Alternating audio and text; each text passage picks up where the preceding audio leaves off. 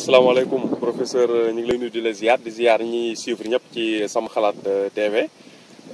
vidéo tey nag ci plante de la semaine dañuy ñëw ci garab gi nga xam ne ñu bari xam nañ ko nag muy garabu poftan waaw léegi nag ñu bëggoon xam poftan moom ci boppam mooy lan ak lan njariñ la am ci wàllum faj comme toujours loolu lañ ci côté boobu la ñuy gën a ñëw muy plante médicinale maanaam garab gi am na ci dëkk bi ñu bëri di ko romb sama classe gi di romb di dem rek léegi ci wàllum faj nag poftan lan lañ ci mën a asalaamaaleykum gars yi ñu ngi leen di nuyu di leen ziar ñuy dalalaat professeur Ousmane Ndiaye comme ni ngeen ko xamee muy praticien vidéo tey nag plante de la semaine bi ñuy ñëw ci garab gi nga xamante ni mooy poftan duñ def lu bàyyi leen ak professeur mu wax ñu yan njariñ moom moo am ci garab gi nga xam ne moom mooy garabu poftan. salaamaaleykum wa rahmatullah sëñ Pape ñu ngi lay ziar bu baax di la ndokkeel di wax ni paftène moom ñu bëri dañ ko xamul ci Sénégal xam nañ ko sax mais njëriñ yi lañ xamul mooy profité nag di remercier wala di wax sama benn kër koo xamante ni ku ñuy wax Mahfou Saw Kunun ku yàlla mayoon ci xam-xamu garab maa ngi koy jaalewaat yendu nañ këram suba ba ngoon mu ñu jox njëriñ ci paftène yàlla yoon daa génn àdduna ba génn àdduna ci ñu bokkoon daare fekk yàlla daara si dawakan bay donc Mahfou Saw ku yàlla mayoon ci xam-xam mu joxoon ñu ci nag ay secret yu bëri ci wàllu baatin nag moom nag ci wàllu baatin la woon waaw léegi xëy na ci mën a may dara tax wàññi dara xam nga paftène moom ñu bëri xool nañu dañu mën a tojee liggéey yeeg yu demee noonu ci wàllu maanaam bu ñu doon wax dañ naan plante magique la waaw parce que dafa bëri njariñ ci wàllu mën a yàq ci doomu aadama yàq yi mooy lu tas ci ay liggéey yeeg yu demee noonu bu ko defee nag tey ñu indi leen ci ay njëriñ rek mais ci wàllu plante médicinale ci wàllu faj waaw xam naa ñu njëkk loolu ci fin bi nag boo mënee may ñu quelques mbir ay secret après nga wax ko waaw mais ñun lu jiitu ñu ñëw ci waaw côté faj gi waaw plante médicinale la boo xamante ni Pape damay faral ne buñ ko xamoon feebar yu bëri dina jeex ci Sénégal wala ci Afrique mais malheureusement nit ñi comprendre ko donte man nag samay garab sax bokku ci parce que dinaa ñëw mu wax leen moo tax du ma koy joxe parce que dafa nekk plante boo xam ne c'est toxique waaw parce que nga ko wax ci benn vidéo bu ñu defal waaw plante la boo xam ne ne garab bu toxique tuuti toxique la jarul xaabaabal dafa toxique ba nekk poison c'est-à-dire ki koy wax bu ko xamul rek mën na ci lor ay doomu aadama parfois ma gis ci net bi ay sëriñ yoo xam ne dañ ciy joxe naan boo ko naanee nangam te ku ko xamul loolu mën na ko rey paftène dafa nekk garab boo xamante ni poison la ndax degré de toxicité bi dafa jéggi dayo mën na rey doomu aadama utiliser lu bari moo tax li doon gën tey ki nga xam ne day faj tey comme sunu genre nga xam ne ñooy ru cabinet li doon baax nga am cabinet bu yaatu boo xamante ni kii jël si garab bi bu ñëwee yow yaa koy suivre maanaam nit ñi duñ ko jëlal seen bopp mais ñi ko xam ñooy defar ba pare di jox nit ñi waaw maanaam tey noonu maanaam ki feebar tey doo ko jox garab bi mu yóbbu këram d'accord mais day ñëw ci clinique bi nga jox ko garab bi mu naanee ko foofu mu leer la du ci xaabaabal dina ci yem ci mu ci war a xam naa li nga waaw parce que pour mesure de sécurité waaw parce que dafa toxique de trop mais noonu la mën a fajee nag parce que tey bu fekkoonte ni def nañ ko ay gélule sax du garaaw parce que gélule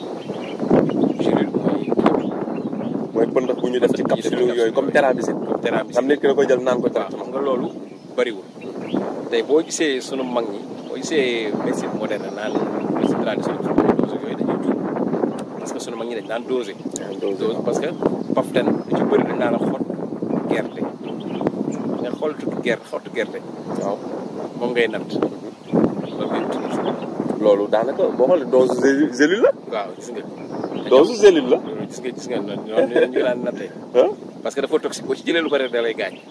mais boo gisee nag ku nekk ci net bi naan boo jëlee reenu paftène nangam dafa xamul parce que kenn du ko joxee noonu daal kenn du ko joxee noonu à la légère daal à la légère waaw donc moo tax it moo ci woon def vidéo sax mais tamit leeral ko mais même sax wax nit ñi ñu moytu ko rek jar na def vidéo waaw ñu moytu ko ñi leen di wax jël leen ko def ni def nii ñu ciy moytu waaw donc parce que njariñ bi tey sax vidéo bi mooy képp ku daan utiliser paftène tey boo ko seetaanee di nga ci xam lan ngay jël donc dose bi gën a mag bu ndaw mooy këdd bi ñu yëngalee café mu bañ a fees mu rasé waaw ëpp na ci loolu nag loolu ci lan bi la ci pënduxu xob bi wala waaw surtout reen bi wala reen bi wala surtout reen bi surtout reen bi waaw surtout reen bi mais nag yëpp a toxique dafa toxique léegi nag bu ko defee ñu ñëw ci li nga xamante ni mën na ko faj tey bu fekkee asma la da nga bëgg ko faj nga xamante ni tey kii amee asma dootu ko sonal carrément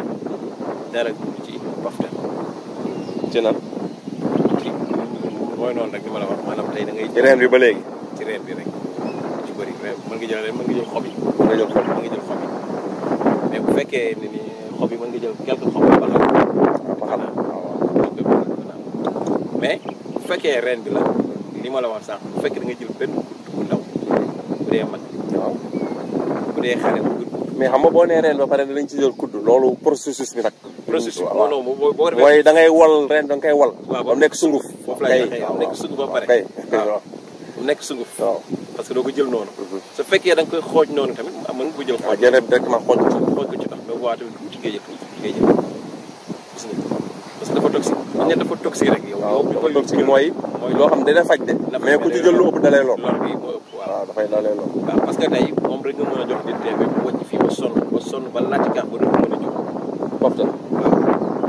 maanaam kii la kon am na ñu koy waxee xaw ma nu ñu koy waxee vomitif xaw ma mi ngi noonu vomitif noonu waaw garab yi nga xam ne day wàcc loolu waaw bëri na ñoo xamante ni wala laxatif xaw ma vomitif laxatif mooy pour daw biir kon vomitif la wala vomitif mën na nekk waaw am na daal tur jàppatu ma ko exactement moo tax donc boo ko naanee da lay wàcc loolu quoi te wàcc ko mën na nit wàcc mën na dem ba laaj kaaf mën na dem ba wàcc ba sonn ba génne li nekk sa biir ba mu jeex tàkk waaw loolu tam dafa garaaw léegi nag loolu boo koy jox nit ki foog nga assister ko parce que mën na nekk sax mais yow boo ko assister di nga xam ne am na foo xam ne fu ko tolloo di ko mën a arrêté nga jox ko lu koy arrêté nga jox ko lu koy arrêté nga mën ko mu bàyyi dem mais loolu xanaa dina war a baax kon ci ku lekk ñam gu bon wala poson wala dara waaw yu mel noonu baax na ñam bu bon baax na même asma bi ñoom ñi nga xamante ne asma da leen sonal suñ ko defee da ngay gis ne dañuy féex mën nañoo dem ay weer du leen daanelaat mais nag foog mu am assistance boobu sinon boo mu waa kër yi ñoo yëngu kon daal ñu ko bëgg a jëfandikoo nañ la contacté sa numéro mi ngi léegi mi ngi noonu ngeen di gis si suuf vidéo bi donc boo gën a wóor foofu xam nga boo gisee ba insisté nañ ci parce que ñun boo xëy liggéey moo tax communication bu koy tere waaw wala ngay joxe garab naan paftène rek nga dem jël ko rek commencé ko lool mën na ko lool donc bu ko defee nag loolu lañ ci doon wax nga xamante ni nit ku koy jël da ci jël lu yem loolu ñu wax maanaam bu fekkee reen bi la mu def ko sunguf da ci jël lu mat kudd bu ndaw kuddu café bañ ko sépaase waaw li nga téye nag moom li ci mën a wax moom li doom bi la xam naa après ñu dinañ ci ñëw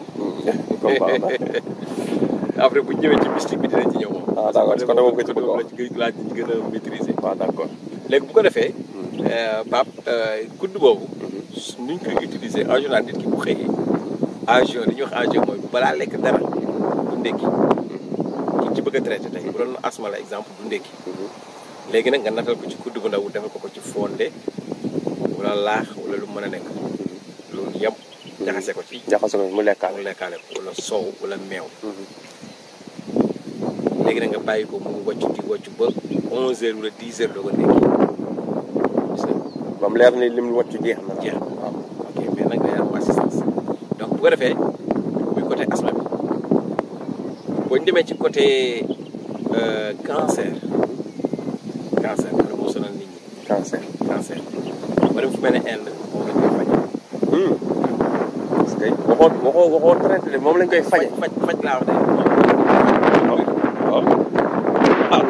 loolu baaxa ci nit ñi cancer moom feebar bu bon la boo xam ne ku xam lu koy faj war nga koo baaxee nit moom mooy loolu rek waaw ñoom boo demee ñoom ci cancer bi lañ ciy faj muy cancer prostate surtout ak cancer col de l'utérus ak cancer de sein surtout yooyu da ci baax da ci efficace parce que ñoom testé nañ ci ay plus de 1000 et quelques malades parce que yëpp wér ci garab yooyu mais gaa ñi duñ nga xam nga ne am na secret yoo xam ne bëgg a dévoilé waaw mais baax na ci nan lañ koy jëlee si kaaw cancer mooy expliqué woon ren mi ngay wal ngay jël di ko utiliser 2 fois yu dans la journée léegi am na benn détail bu ma bëgg a laaj foofu ci reen bi nga wax dañ koy jël parce que damay dégg garab yi bëri ñu ne garab yi boo demee di dagg xob wala ngay dagg xas wala ngay des reen da nga kaa war a jënd maanaam daal am na yoo xam ne da ngay tare ay saar soog koo jël am yoo xam ne dañ naan da nga fay suul xorom wala da nga fay suul xaalis wala dara pour soog ci jël mooy tax mu jëriñ la léegi fekkee man par exemple tey dama bëgg a faju pare ba bëgg a faju cancer rek ma ñëw fekk garab paftène bi ndax mën naa dem rek gas reen bi doon dem faju te dina ma faj sans ay jënd ak yooyu quoi parce que naturellement rek médecine la voilà wala waaw foofu dafa am sew bu fi nekk comme li nga wax nii bu fekkee médecine la en général mën nga ko jël sans mu def la dara. waaw sans dara nga jënd ko garab. waaw parce que faj feebar rek la. feebar la da ngay ñëw dagg mais nag paftène dafa nekk feebar boo xam ne ak garab boo mënti doon soo koy dagg bul dagg sa ker. leeral la loolu. waaw maanaam booy dagg garab bi. yaa ñu ngi dugg ci baatin bi de ah. waaw booy dagg garab bi sa ker fi mu féete. nekk nii sa diggante ak garab bi. sa ker dafa la war sa ginnaaw. sa takk ndeer quoi. d'accord mais sa takk ndeer boo ko daggee ak góor ko jaasi dagg sa takk ndeer ak reen boobu mën na fàtte. waaw loolu ci wut reen dafa war di sóoraal. ci côté mystique.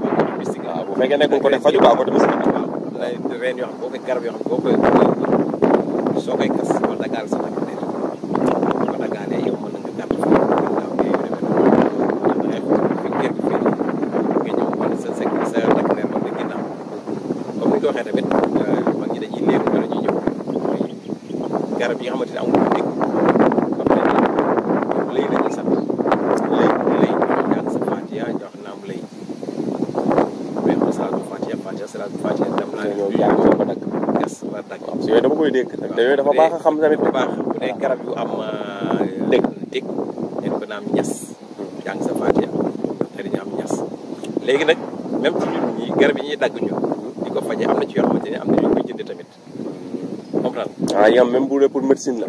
pour nga am yenn résultats yi nag d'accord ngay jàng Fatiha salaatu Fatiha nga demee noonu mais ci tamit ci côté baatin surtout moom nga xam ne côté liggéey la maanaam bu dee wërsëg la xam nga am na ñuy wërsëg la bëgg wala mu bëgg maanaam takk benn jigéen wala yu demee noonu wala nga bëgg nu ñu ko waxee maanaam côté mystique daal nga. maanaam daal am na loo ci def loolu du wàllum santé nii faj daal. yeneen mbir ñaan la daal voilà yooyu day laaj yu nekk nag dafa am. daa am lu mu laaj waaw processus boo koy jaar. waaw dafa damay dégg yu mel noonu si ay nit ñu koy wax quoi ma bëggoon rek leeral. voilà am yoo xam ne dugub nga yóbbu am yoo xam ne ceeb nga yóbbu. am yoo xam ne seetu nga yóbbu am yoo xam ne soow. am yoo xam ne xaalis am yoo xam ne wëttéen. am yoo xam ne parfum am yoo xam ne dugub am yoo xam ne xorom. xam nga c'est compliqué bu ci nekk ak. d'accord mais man ni ma bëggoon mu leer mooy bu dee nit ki rek dafa bëgg a fajoo paftène yooyu soxlawu ko mën na dem rek dagg dem parce que daa bëgg a faju feebar. waaw bu dee nag leneen la nag yooyu nga dem lijjanti nag maanaam la garab ngay laaj nga def ko. nga ñëw jàng sa Fatiha jàng sa salaatul Fatiha. loolu laa bëggoon mu leer loolu leer na sama bopp tey d'accord loolu leer léegi nag xam naa ñu ñëw ci li nga xamante ni mooy xëy na am na loo ci bëgg a wax.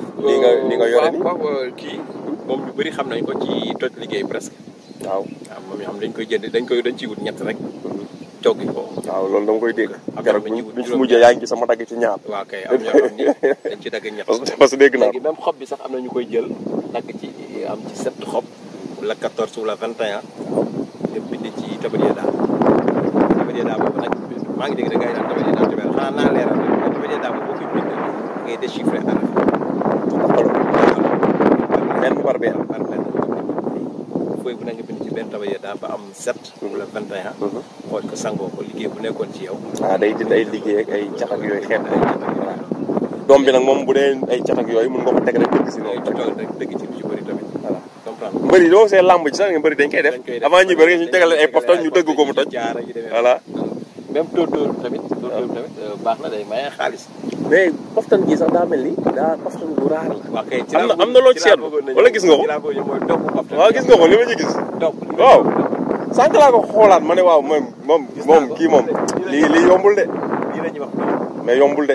lii man c'est très rare nga gis ko ci garab de. mën a faj dafa bëri li mu ci wàllu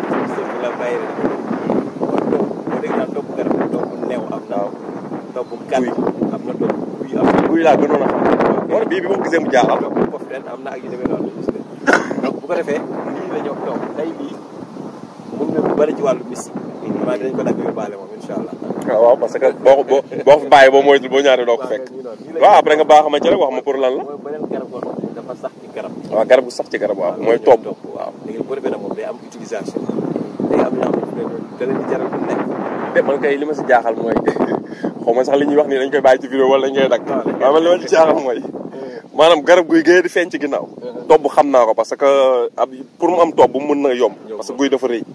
waane paftane branche bu sew bi am tobb lii kéem daan waaw kéem daan la waaw ci ñi xam tobb xam naa xam nañ li yombul daal waaw lii moom yombul waaw yombul parce que gars yi dañ koy wër dañ koy wër effectivement tobb ci garab paftane si lu raar la xam naa ne beneen yoon dañ ci def émission carrément waaw non non est-ce que jar na ko am na yoo xam ne du jar def ay vidéo de waaw xam naa bu fekkee am na loo ci tàggatoo ci garab paftane gi loo xam ne bëggoon nga ko wax te laajuma ko waaw bu ko defee daal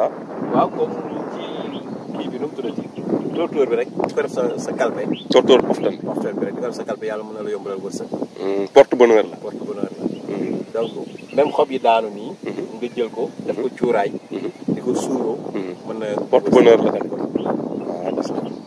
kon paftane bëri na njëriñ macha allah kon niñ koy romb nii rek di ko ñàkkal fayda bëri na njëriñ li tax nit ñi gën ko ragal nag yaakaar naa mooy meew mi ñaan ku mu dugg sa bët da ngay silmaxal loolu gën na tax nit ñi nag di ko moytu duñ ko laal parce que dama koy dégg xaw ma nag loolu loo ci baaxee wax ni baax na ci góom moom day faj góom ak soccet waaw ci bët la baaxul daal waaw baaxul ci bët yooyu bët moom dara baaxul ci moom waaw parce que dama koy bañ nekk xel laa ko daan dégg ñaan meew paftane ku mu dugg sa bët da ngay gumba même am ñi soccet ñi am soccet meew mi baax na ci ak meew salade waaw salade wàllum dermatologie daal baax na ci waaw kon baax na incha allah donc daal bu ko defee loolu la ñuy wax surtout cancer bi daal moom gën ci bàyyi xel dañ ci bàyyi xel ak asma bi donc faj problème mooy waxee weexul sax mais dafa toxique mën na boo ko ëppalee day indi ay lor kon daal xam naa li gën a wóor mooy ñi ko bëgg a jëfandikoo am cancer peut-être dañu suivre ñu contacter la rek waaw bu ko defee nga dimbal leen si ñu xool nu ñuy def ba traité ko waaw loolu yaakaar naa mooy gën a efficace voilà kon ñu bàyyi la nga tàggu waaw bu ko defee waaw sëñ Pape ñu ngi lay nuyu di la ziaraat comme ni émission bi gis naa ni vraiment am na njëriñ ndaxte paftane moom ñu bëri ñu ngi ko fi doon romb te xamuñu woon njëriñam tey yaakaar naa ne liñ ci wax ni as néew vraiment jànge naa ci man bàyyi nañ ci yu bëri nag yoo xamante ni côté baatin bi lañ gën a gëstu sax mais côté boobu waxaguñ ci mais pour wan na ne nag li mu mën a faj bëri na mais xëy na du ñàkk bu ko fekkee nit ñi intéressé na leen nañ ci def ci nañ ko wax ci commentaire yi bu ko defee ñu ñëw def ci émission boo xam ni ci côté mystique nga ciy waxtaan ci paftane bu intéressé nit ñi rek pour ñu def ci ay ñu commentaire wax ko koo xam daal bëgg nga loolu ñu def ci vidéo waaw nga wax ko ci commentaire yi bu ko defee bu professeur amee temps du ñàkk ñëwaat fii mu waxtaan ci côté mystique bi ci garab paftane d'accord incha allah donc bu ko defee ñu ngi leen di nuyu yéen ñëpp di leen ziar di leen joxaat dig daje ci beneen vidéo incha allah aleykum wasalaam wa rahmatullah jërëjëf